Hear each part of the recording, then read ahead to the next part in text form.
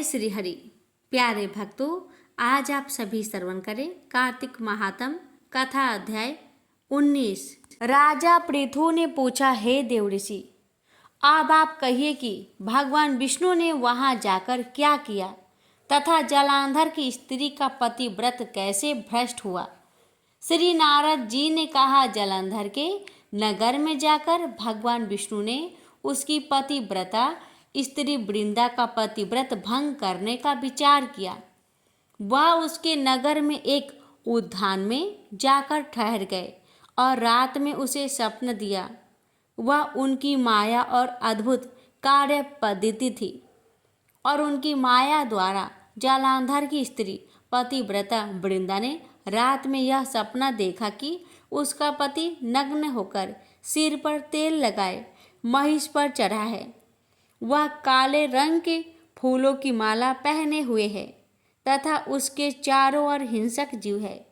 वह सिर मुंडाए हुए अंधकार में दक्षिण दिशा की ओर जा रहा है। उसने अपने नगर को समुद्र में डूबा हुआ देखा और इस प्रकार के बहुत से भयानक सपने देखे। फिर तुरंत ही वह जाग पड़ी और सपने के संबंध में विचार करने लगी। इतना में उसने सूर्य को उदय होते हुए देखा तो सूर्य में उसे एक छिद्र दिखाई दिया तथा वह कांतिहीन था।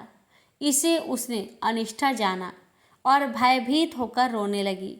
वह छज्जे पर गई, अटारी पर चढ़ी, भूमि पर उतरी, मगर उसे कहीं पर भी शांति प्राप्त नहीं हुई। फिर वह अपनी 2 सखियों को साथ लेकर उपवन में गई, परंतु वहां भी उसे शांति प्राप्त नहीं हुई। फिर वह जंगल में निकल गई, पर वहां भी उसे चैन न आया। वन में उसने सिंह के समान 2 भयंकर राक्षसों को देखा, जिससे वह अत्यंत भयभीत होकर वहां से भागने लगी। उसी समय वहां अपने शिष्यों सहित एक तपस्वी आ गया तो वृंदा उसके पैरों को हाथ लगाकर उससे अपनी रक्षा के लिए याचना करने लगी।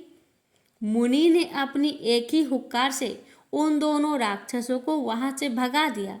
वृंदा को आश्चर्य हुआ और वो भय से मुक्त हो मुनि को हाथ जोड़कर प्रणाम करने लगी और कृतज्ञता का ज्ञापन किया। फिर उसने मुनि से अपने युद्धरत पति के संबंध में उसकी कुशल क्षेम का प्रश्न किया। मुनि ने मौन हो आगे पीछे देखकर कुछ कहना चाहा कि उसी समय 2 बानर उनके पास आ हाथ जोड़कर खड़े हो गए। जो ही मुनि ने भुकुटी का संकेत किया तो वह उड़कर आकाश में चले गए। फिर वह जलांधर का सिर व धड़ लेकर मुनि के पास आ गए। तब वृंदा अपने पति को मरा जान मूर्छित होकर धरती पर गिर पड़ी और अनेक प्रकार के वचन कहकर दारुण विलाप करने लगी। तत्पश्चात उसने मुनि जी से कहा, हे कृपानिधे, आप मेरे पति को जीवित कर दीजिए। पतिव्रता परायण दैत्य पत्नी ऐसा कहकर दुखी श्वासों को छोड़ती हुई मुनि के चरणों में गिर पड़ी। तब मुनीश्वर ने कहा, यह शिवजी द्वारा युद्ध में मारा गया है, अतः यह जीवित नहीं हो सकता, क्योंकि जिसे भगवान शंकर मार देते हैं वह कभी जीवित नहीं हो सकता। परंतु शरणागत की रक्षा सनातन धर्म है, अतः कृपा करके मैं इसे जिला देता हूँ। श्री नारद जी कहते हैं कि वह मुनि साक्षात विष्णु थे, जिन्होंने यह सब माया फैलाई थी। वह वृंदा के पति को जीवित करके अंतर्ध्यान हो गए। जलांधर ने उठकर वृंदा का आलिंगन किया और उसका मुख चूमा। वृंदा भी पति को जीवित देखकर बहुत खुश हुई और अब तक हुई सब बातों को स्वप्न समझा। इसके पश्चात वृंदा सकाम हो बहुत दिन तक अपने पति के साथ विहार करती रही। एक दिन उसने संभोग काल के अंत में भगवान विष्णु को पहचान लिया। तब वह उन्हें प्रताड़ित करती हुई बोली, हे पर स्त्री से गमन करने वाले विष्णु, तुम्हारे शील को धिक्कार है। मैंने जान लिया है कि वह मायावी तपस्वी तुम ही थे। हे राजन, ऐसा कहकर क्रोध हो पतिव्रता ने अपने तेज को प्रकट करते हुए श्राप दिया। जो तुमने अपनी माया से 2 राक्षस मुझको दिए थे, वही दोनों राक्षस किसी समय तुम्हारी भी स्त्री का हरण करेंगे और उसके विरह में दुखी होकर तुम वानरों की सहायता से वन में भ्रमण करोगे और वह सर्वेश्वर जो इस समय तुम्हारा शिष्य बना हुआ है वह वहाँ पर तुम्हारा साथी रहेगा। ऐसा कहकर पतिव्रता वृंदा भगवान विष्णु के लाख मना करने पर भी अग्नि में प्रवेश कर गई। ब्रह्मा आदि देवता आकाश से उसका परिवेश देखते रहे। वृंदा के शरीर का तेज श्री पार्वती जी के शरीर में चला गया और आकाश में जय जयकार होने लगी।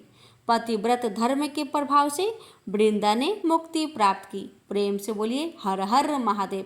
माता पार्वती की जय, विष्णु भगवान की जय, लक्ष्मी माता की जय, तुलसी महारानी की जय।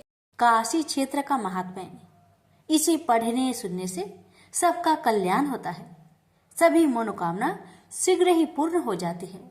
बड़े ही श्रद्धा भाव से प्रसन्नचित मन से कथा को पूरा श्रवण कीजिएगा, कथा का अनादर ना करें। नाथ आप सभी की मनोकामना को अवश्य पूर्ण करेंगे। कथा एक समय की बात है। त्रिपुरारी भुजंगधारी श्री काशीपति महादेव जी जगन माता पार्वती के साथ प्रसन्न रूप में विराजमान थे। जग माता ने उनसे अनुरोध किया, भगवान कोई कथा कहिए। इस पर भगवान भूत भावन किंचित मुस्कुराए और बोले, हे पार्वती सुनो, पूर्व समय में कुसमांड नामक एक ऋषि का पुत्र मंडप नाम से विख्यात था। बाल्यकाल में ही कुसंगति के कारण पाप कर्म में लीन हो गया था। अतः उसकी निंदित कथाओं को सुनकर उसके पिता, माता, भाई आदि सभी संबंधियों ने उसको अपने से अलग कर दिया। वह पूर्व जन्म के कर्मों के कारण किसी का कहना नहीं मान रहा था। उसकी आदतें यहाँ तक कि खराब हो गई कि वह साधु, महात्मा, सत्पुरुषों एवं देवी देवताओं तक की निंदा करने लगा। युवा होने पर वह दूसरी स्त्रियों के प्रेम में फंस गया। प्रेम के बस में होकर वह औरों के द्रव आदि की चोरी में भी लीन हो गया। उसके दो घनिष्ठ मित्र थे, एक था नापित, दूसरा था पटहारा। इन तीनों ने मिलकर विचार किया कि किसी धनी के घर चोरी करके अधिक धन प्राप्त किया जाए। अतः तीनों ने मिलकर राजा के यहाँ चोरी की। इस चोरी के कारण बहुत सा धन हाथ लगा। सारा धन मंडप के पास था। दोनों मित्रों के मांगने पर भी उसने उन लोगों का हिस्सा नहीं दिया। इस धन को वह एक वेश्या के यहाँ ले गया। वेश्या के यहाँ वह प्रेम लीला करने लगा। इस बीच उसको प्यास लगी। पलंग के नीचे रखी गिलास उसने खाली कर दी। स्वाद कुछ दूसरा था। इसमें क्या था? उसने वेश्या से पूछा। इसमें मदिरा थी। मंडप को इससे बड़ा दुख हुआ। मदिरा पान करके उसने महापाप किया है, यह सोचकर वह बड़ा दुख करने लगा। पर वेश्या बराबर मदिरा का गुणगान करती गई। उसने मंडप को फुसलाकर और मदिरा पिला दी तथा उसका सारा धन लेकर उसको बाहर निकाल दिया। होश में आने पर मंडप बड़ा विलाप करने लगा। पश्चाताप करता हुआ वह अपने मित्र के पास आया। सारी आप बीती सुना दी। उन मित्रों ने कहा, हे मित्र, तुमने मदिरा पान करके बड़ा पाप किया है। अब तुम इसका प्रायश्चित करो। मुझे प्रायश्चित का उपाय कहो। बिना प्रायश्चित के सुरापान का दोष नहीं मिटेगा। अतः उस वेश्या से स्वर्ण प्राप्त कर दान करो। यदि तुम ऐसा नहीं करोगे तो हम लोग तुम्हारी बड़ी निंदा करेंगे। यह सुनकर मंडप बड़ा दुखी हुआ। वह वेश्या के पास आया और वेश्या से अपना सारा दुखड़ा सुनाया। उसने वेश्या से स्वर्ण की मांग की। इस पर वेश्या बड़ी बिगड़ी और बोली, तुमने जो धन दिया है अब उसकी मांग मत करो। वेश्याएं कभी मिला हुआ धन वापस नहीं करती। क्या तुमको इस साधारण नियम का ज्ञान नहीं है? इस पर मंडप गिड़गिड़ाने लगा, पर वेश्या का हृदय पर इसका जरा भी असर न हुआ। उसने अन्य वेश्याओं को बुला लिया। सब मिलकर उसकी भर्त्सना करने लगी। कई ने तो उसको धमकी भी दे दी, हे पार्वती, इस प्रकार मंडप बहुत अपमानित होकर वहां से निकाल दिया गया। मंडप विलाप करता हुआ अपने पिता के घर की ओर चला। उसके दोनों मित्र पीछे लग गए। जब मंडप पिता के सामने आया तो दोनों मित्रों ने उसका हाथ पकड़ लिया। बोले, मंडप, हम लोगों ने मिलकर राजा के यहाँ चोरी की है, पर तुमने हम लोगों का अंश नहीं दिया है। तुम हम लोगों का अंश दो। यह बात सुनकर कुष्मांड मुनि बहुत दुखी हुए और बोले, इस अधम से तुम लोगों की मैत्री कैसे हो गई?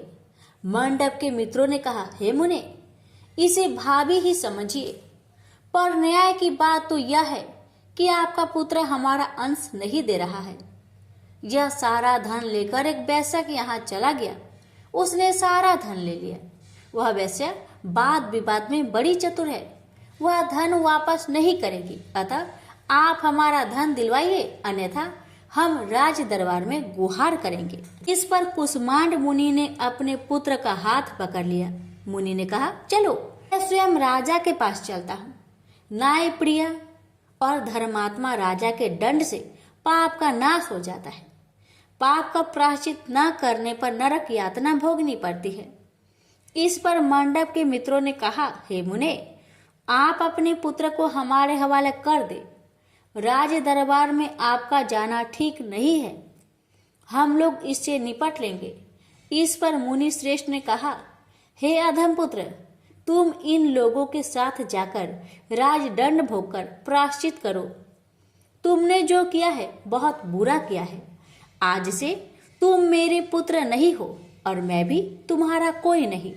जब तक तुम प्रायश्चित करके नहीं आओगे, मैं तुम्हारा मुख नहीं देख सकता।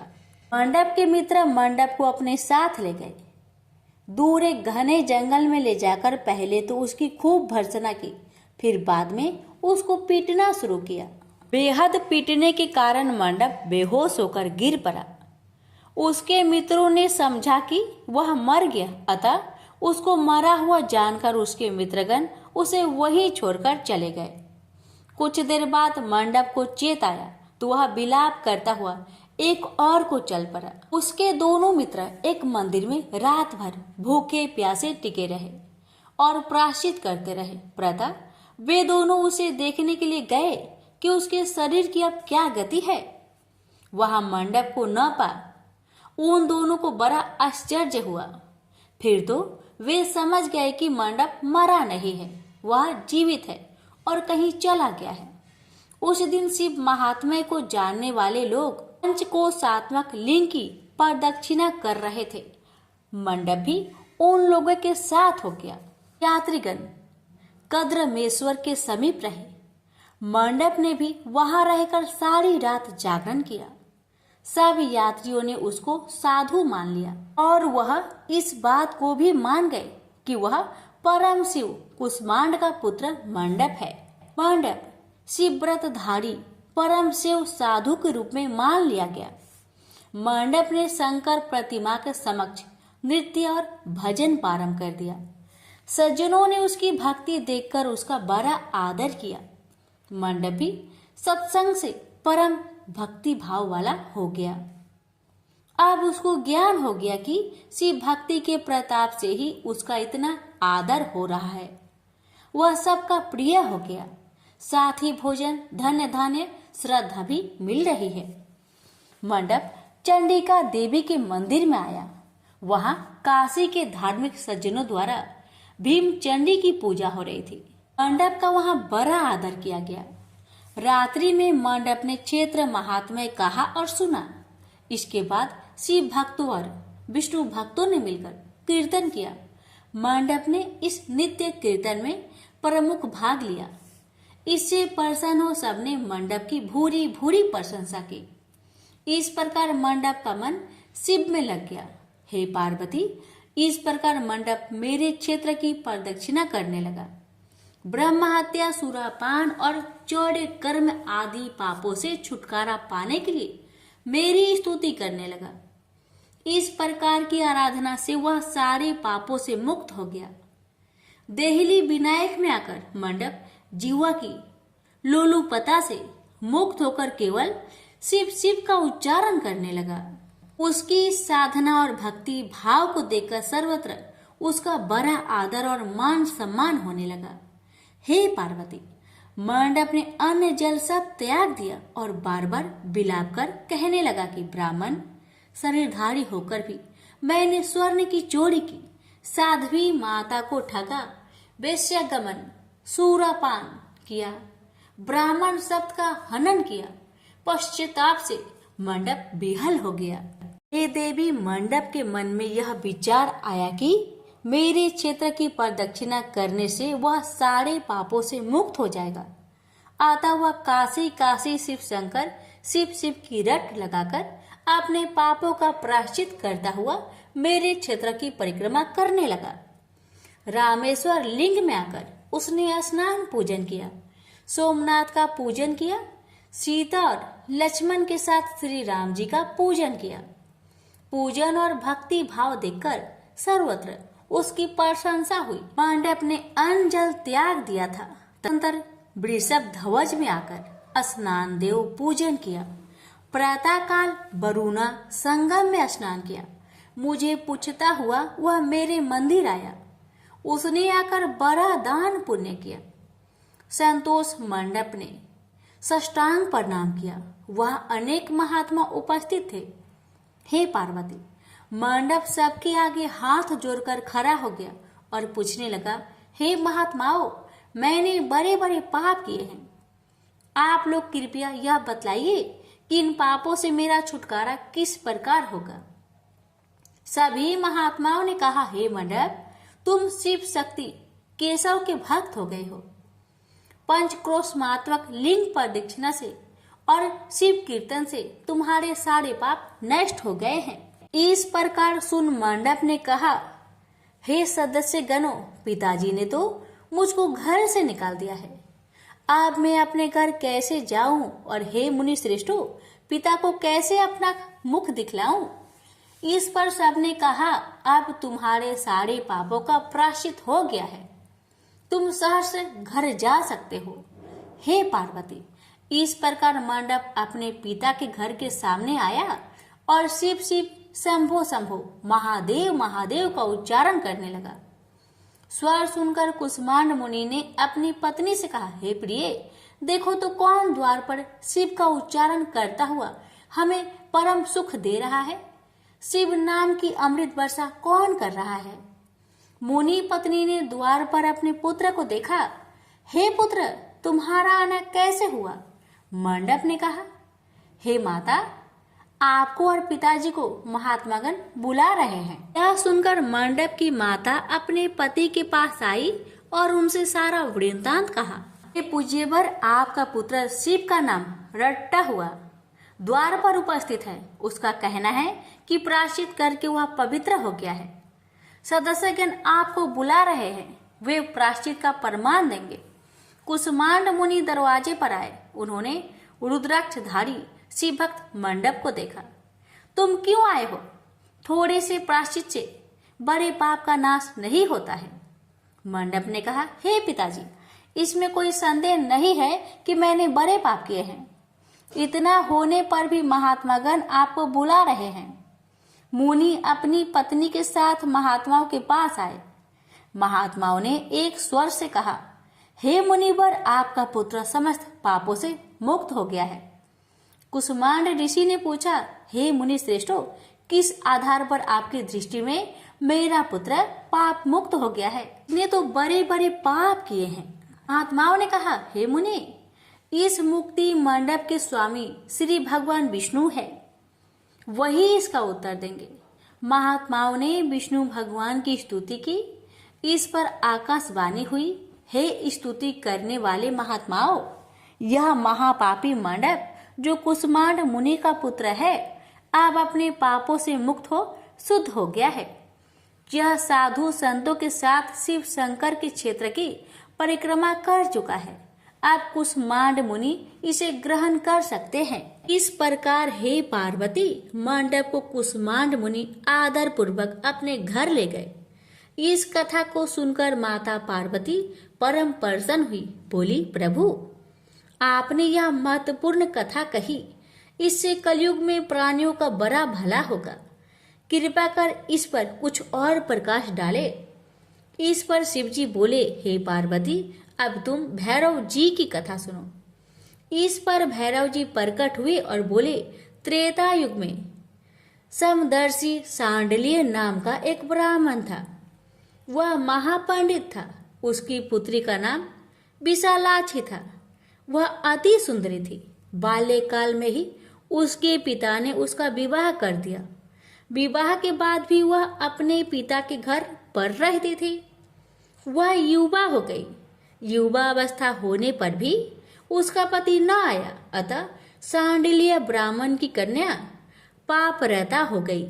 इस कन्या ने काशी में बड़े पाप किए। सुंदरी होने के कारण दूर दूर के युवक उसके पास आने लगे। एक समय की बात है, बड़े बड़े पापों को नष्ट करने वाली पंचक्रोशी यात्रा के मार्गियों देख कर वह विचारने लगी कि इस लोगों को पाप रट किया जाए। उस रात यात्रीगण दुर्गा कुंड पर रुके थे। विशालाक्षी धन के लोभ से वहां गई। वहां भजन कीर्तन कर स्वयं रचाया। यात्री उसका भक्ति भाव देखकर प्रसन्न हुए और उसे वैष्णवी समझ बड़ा दान पुण्य किए। इस लोभ के कारण वैश्या विशालाक्षी यात्रियों के साथ हो गई। कर्म मेदेश्वर दहलीज रामेश्वर में उसने निवास किया और वरुणा संगम में स्नान किया। यात्रियों द्वारा उसने काशी महात्म्य की कथा भी श्रवण की। इस सत्संग समागम से विशालाक्षी की आंखें खुल गई। उसने अपने पर बड़ा पश्चाताप किया। यात्रियों का सारा धन उसने लौटा दिया और पाप से अलग होने का निर्णय कर लिया। उसने महात्माओं से पूछा, हे देवताओं, मैं बड़ी पापिनी हूँ, कृपया मेरी मुक्ति का उपाय कहिए। इस पर महात्माओं ने कहा, देवी, तुम धन्य हो, तुमको पापों से भय नहीं करना चाहिए। तुमने काशी क्षेत्र की प्रदक्षिणा की है, अब तुम हमारे साथ प्रदक्षिणा जारी रखो। विशालाक्षी ने उपयुक्त वचनों पर विश्वास किया। वह महात्माओं के साथ हो गई। 5वें दिन सभी यात्री वृषभ खंड में रहे। वह भी उन्हीं के साथ रहे। सभी ने वरुणा संगम में स्नान किया और आदि केशव का पूजन किया। विशालाक्षी मुक्ति मंडप में आई। उसने बड़े भक्ति भाव से शिव शंकर की पूजा की। इस प्रकार विशालाक्षी सभी पापों से मुक्त हो गई। उसके पिता सांडल्य ने बड़े आदर के साथ उसे अपने घर में स्थान दिया। वह इस प्रकार पवित्र हो गई। भैरव जी बोले, हे पार्वती, यह काशी क्षेत्र का महात्म्य है। इसे पढ़ने सुनने सुनाने से सबका कल्याण होता है। प्रेम से बोलिए हर हर महादेव। माता पार्वती की जय। भैरवनाथ की जय।